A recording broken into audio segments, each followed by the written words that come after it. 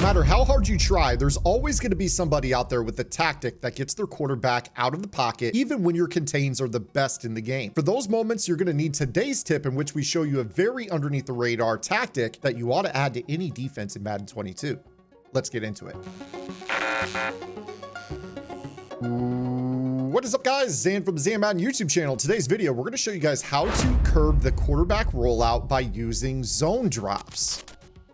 In Madden 22, a lot of players get very creative with their rollout schemes. There are methods that can glitch out your contains and make them virtually worthless when you're trying to stop a mobile quarterback. So in today's video, we're going to be talking about setting zone drops when your opponents are glitching your contains, so that way you can keep your quarterbacks from throwing the ball on the run.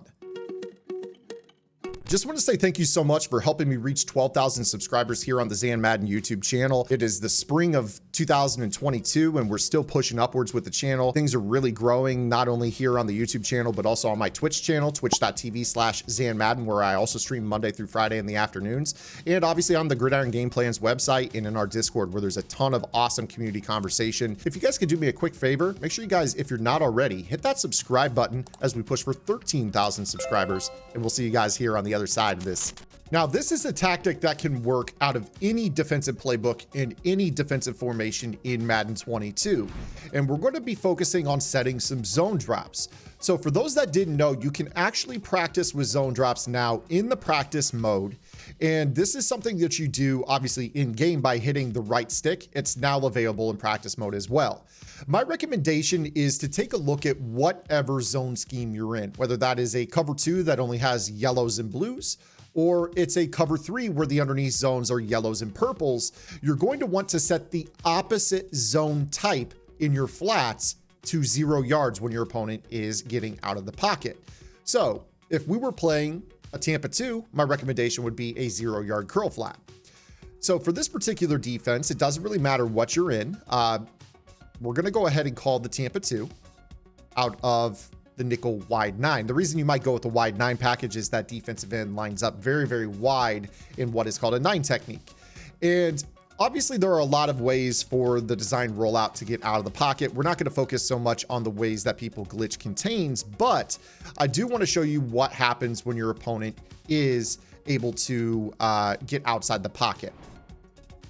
So people will oftentimes glitch contains because they take bad angles. And this is going to be something that's going to allow you to roll out and throw the ball up to a corner route, a crossing route, things like that. You saw in the previous example that I was pretty easily able to skirt the contain angle because when they basically are unblocked off the edge, they just take bad pursuit angles. You see right there that I was very easily able to get outside, and I didn't throw the ball to the correct receiver, but obviously the corner route was a touchdown.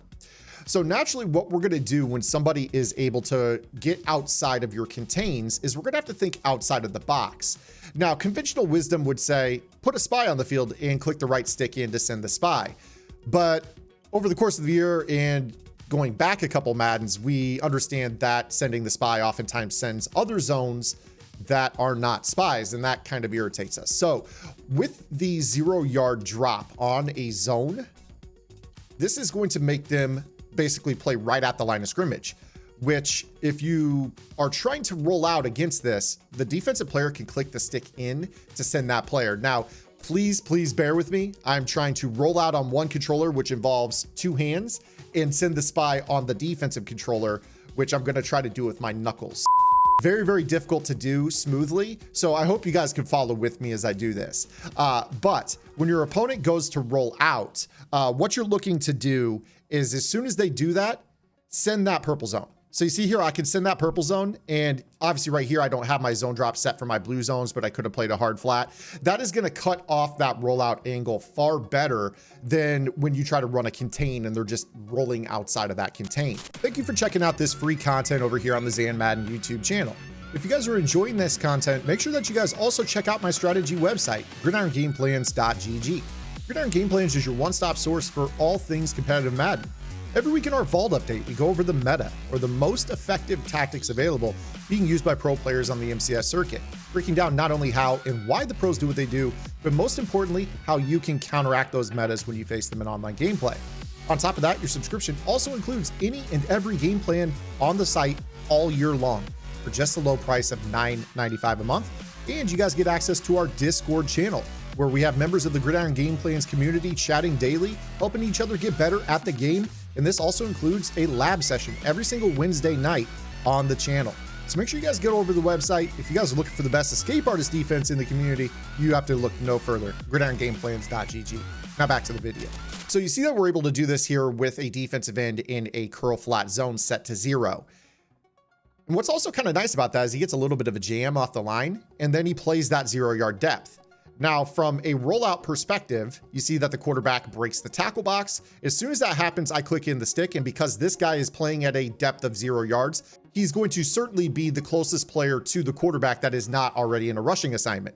So when we click that stick in, it will automatically send him at the quarterback and cut off that lane, forcing a quicker throw than your opponent might anticipate, or cutting off the rollout completely.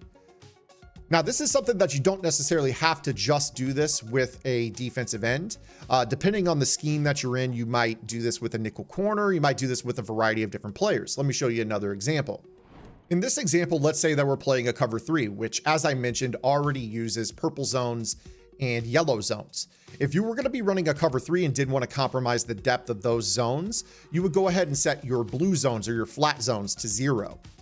Now, with this example, what I'm going to do is I'm going to create a situation where I'm actually going to put my nickel corner into a hard flat, and then I'm going to replace his purple zone with the defensive end, who will drop to the regular depth. So let's go ahead and show you this against something like PA boot over. So as I mentioned, we're going to take this corner. I'm going to put him into the hard flat, which obviously is a 0-yard depth.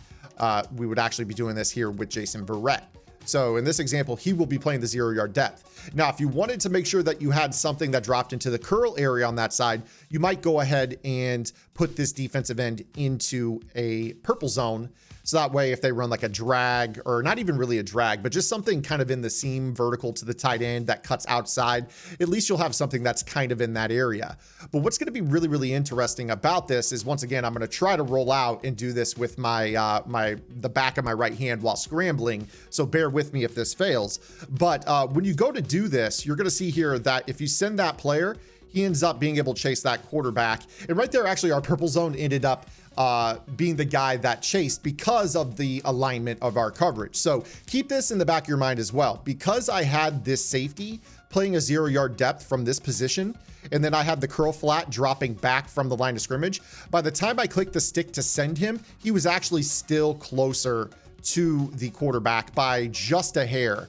And then he ended up chasing, and the other player played the 0-yard assignment. Now, that's not necessarily a bad deal, because again, you see here that even when you don't send a 0-yard flat, he does a pretty good job of keeping that rollout. Basically, he plays the outside angle on that rollout. So it's going to be a lot harder to get to the sideline on a 0-yard blue than a purple. So that's another tactic that you could use as well. The other thing that I would recommend doing is, let's say that you just wanted to stick with this, right? So let's say that we had a 0-yard blue right here in this hard flat.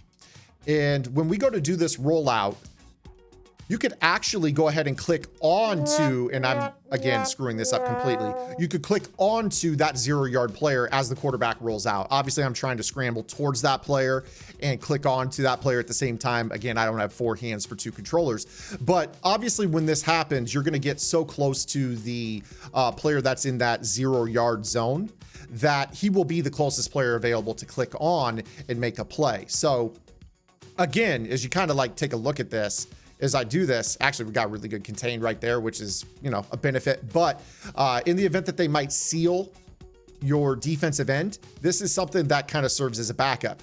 Obviously, you know, being able to contain this with your defensive end is, you know, the best part of any defense is if you could keep contained. But obviously, when that happens, they could get outside and, you know, slap a double on somebody, or there are other ways, as I've already shown you, that you can get outside of a contain in this game where this becomes problematic. So having that 0-yard depth to click onto is obviously very, very key when you are running this. So we'll go ahead and show you again here. As I do that, you see I can click onto Verrett and make that tackle. The other thing you could do is click onto him and then peel back and cover that shallow cross that your opponent might panic read to. Obviously, I have no shot at being able to show you that here in this video, but it is something that you can do as well. So this is more of an advanced tip on how to kind of just deal with people that glitch the contains or are still able to get outside of your contains depending on what defense you're in. Now, I fully contend that the Gridiron Game Plans website has the best QB Escape Artist defense out there in the community. I faced a lot of these tactics where people try to glitch the contains, and they have a really hard time glitching the contains in that defense. So if you guys are really struggling with the mobile quarterback beyond this tip, make sure you guys go over to gridirongameplans.gg. As you guys saw earlier, $9.95 a month unlocks the entire website. That's weekly vault updates, every game plan, lab sessions every Wednesday, and Discord access. So hopefully see you guys over there on the website. If not, make sure that you guys are subscribed right here to the YouTube channel. Hit that like button, comment below. We'll see you guys tomorrow with our next video upload. Until then, this is Zan. Get in the lab and good luck.